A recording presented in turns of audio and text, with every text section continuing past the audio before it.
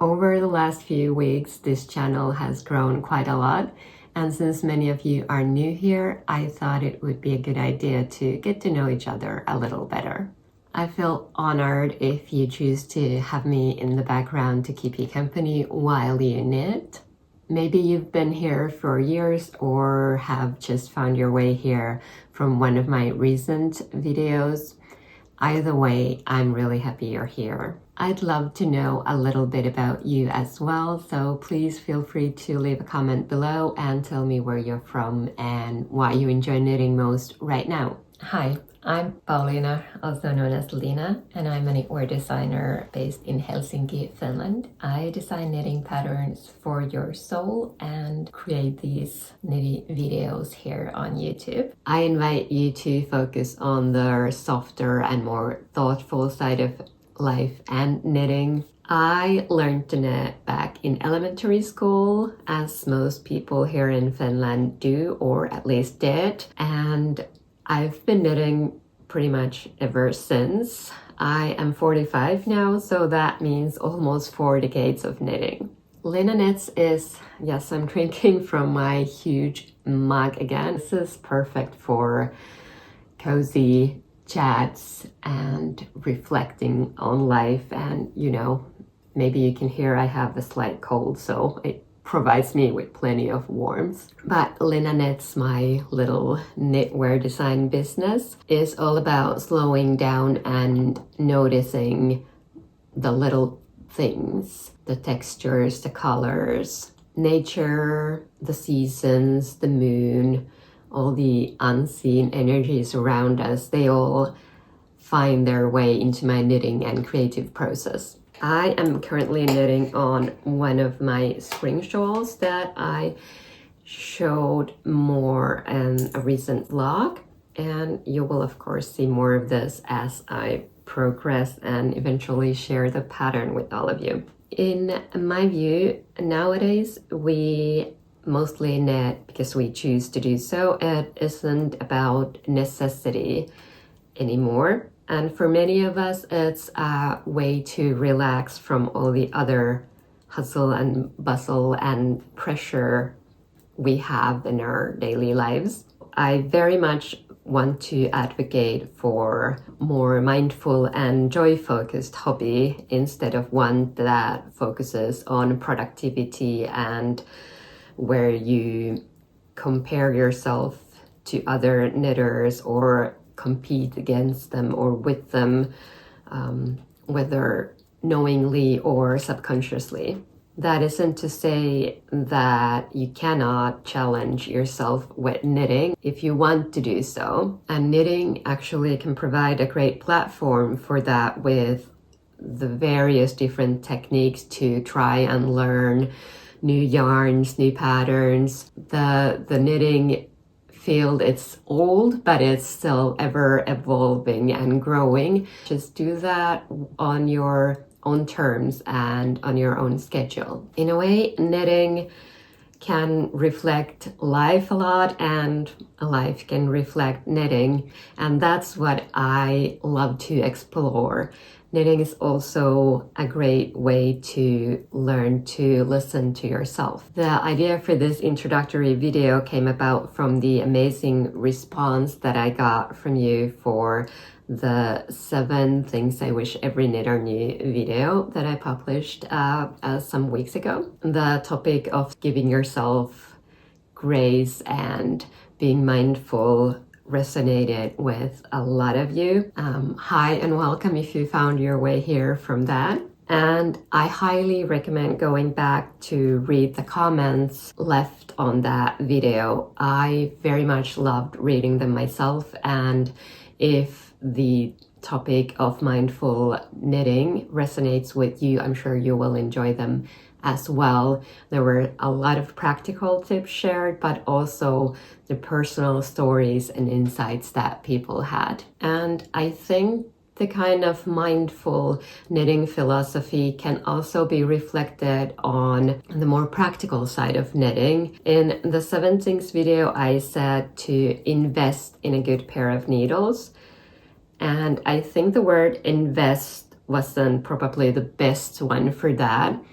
What I meant was to find a pair of needles that work for your hands and for the kind of knitting that you do. Look around, try different needles. If the best needles for you are also more on the expensive side, kind of give yourself permission to do that if it's within your means. But it's not about the price point, but more of finding what works for you. And of course, it's not an investment in the sense that you will get more monetary value down the line. It's not investing in the strictest sense of the word, but it does give you more enjoyment during the hours that you spend knitting. And thanks to one of the questions, I also realized that it might be a good idea to talk about how I knit, since I do show images, video of myself knitting, whether it's just for a scenic shot for to set the mood, or in the tutorials that I film. I knit continental style, and I do my pearls in the Norwegian style. This is the way that I've learned to knit, and it's so ingrained in my muscle memory that if I try to change it, it would require a lot of practice. It's so automatic. I don't have to think about it. My hands know what they're doing. And I'm sure if you've been knitting for a while, you know what I mean. If you are new to knitting, do shop around, and see what method you like the best. Now, as to how to knit Norwegian style, or how to knit continental style, and especially how to purl Norwegian style, since that is something that I over the years have gotten a lot of, not questions or comments, but people wondering about, saying that they haven't seen that before. That's a topic that I could actually explore in another video on its own if it's something you're interested in. It is quite fascinating how those kind of similar product, the knitted fabric, what I mean, can be achieved in different ways. And in relation to the knitting needles, there were comments about problems with finding the right needle size, getting gauge, and that's again a topic with a lot of things to unpack. I am working on a video on that topic all of its own. Just wanted to say one important thing, and that is to remember that the needle size mentioned in the pattern is a suggestion, it's a guideline, it's a starting point.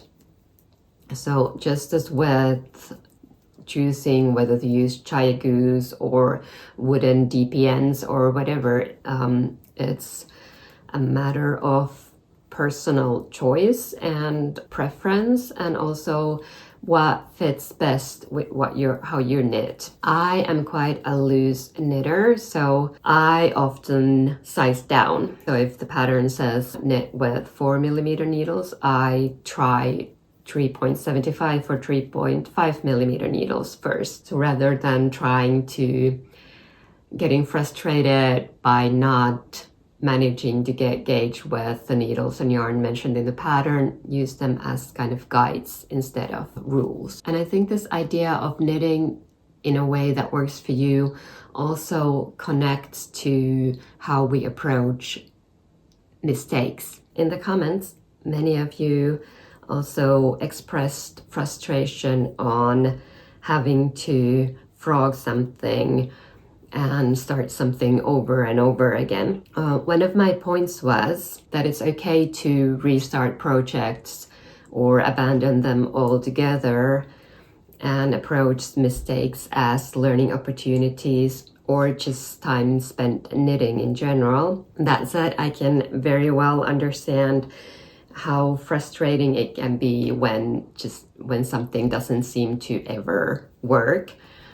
And I certainly have been there myself as well in the past. I think there's enough for a whole new video of its own on this topic of common knitting frustrations. However, the first thing that I would do is to take a step back from the project you're working on. Sometimes distance can give you more insight into something. So instead of trying to make something work that doesn't want to work, maybe have a look and see if there's an easy way to fix the mistake. I mean, is it really something that requires you to frog everything and start over again? Or is that something that you could live with and work around? Also, one important question to ask yourself is if this is the mistake that actually bothers you, or if it's a case of what will everyone else think? That is a very common question that we sometimes don't even realize that we are actually frustrated about. That if someone notices I've made this silly mistake, if someone sees that this isn't perfect, if it's you that's having the problem or if it's you thinking someone else will have a problem with. Another thing I want to highlight is that it's perfectly okay to adapt knitting patterns. For example, I often swap twisted rib, the knit one through the back loop, purl one rib for a regular knit one, purl one ribbing, because I like knitting it better, and I think with my knitting gauge or knitting handwriting it just looks better. On the same vein, many cast-ons and bind jobs can be substituted with one another. Again, find the ones that work for you and go with those. I personally tend to use just 1 or 2 cast-ons regularly, regardless of what the pattern is saying. And in terms of these sort of knitting questions and frustrations, rises the desire to have knitting friends to talk to you about these things and to ask these questions from. One of the benefits of knitting is that it is and can be a solitary hobby. We can do it on our own no matter where we are. So it doesn't require dedicated space for it or a team of people. We can do it whenever it suits our schedules. But many of you also spoke about the desire to have someone, sort of have more connection in the knitting community. If this is you, if you're someone who would love to meet other knitters, I recommend searching for knitting groups in your area, or maybe even cast a slightly wider circle. It doesn't have to be a place where you can get to every week. If it's a bit further away, maybe make it there once a month. Local yarn stores are excellent places to start. Even if they don't run their own knitting groups, they usually know of such groups in the area and where they meet up. If there's none available, consider joining or traveling out to knitting retreats and knitting events, big or small. I know there are a lot of lovely small events around the world that are maybe easier financially to achieve than some of the bigger, more well-known events. If your area has a library, those might also have knitting groups. I know mine does. I've never been there, but I've seen they advertise for one. So check those out. And you could also, if you are so inclined, suggest your local yarn store or your library, or if there's a sort of communal space, to start hosting your own knitting event or knitting circle in there. And if you go out to, say, one-day events, they might not lead to a group of people that you stay in touch with for a long time afterwards, but I think even those little interactions and conversations you will have throughout the day will make you feel more connected. And yes, then there's social media. Instagram and YouTube are what I personally use. I know social media isn't the same as actual interactions face to face, but they can still provide you with that feeling of not being the only one you know who knits or sees knitting the way you do. It's also possible that these sort of online acquaintances become friends in real life as well. And I mean, we're all real people behind our or in front of our screens anyway. I'm a real person, you are a real person. Our connection right now is through social media. Who knows if we get to meet one day. And I think one of the loveliest things about knitting is that even though we often do it alone, it can still connect us to each other in quiet and meaningful ways. Thank you so much for spending time with me. I will see you soon again.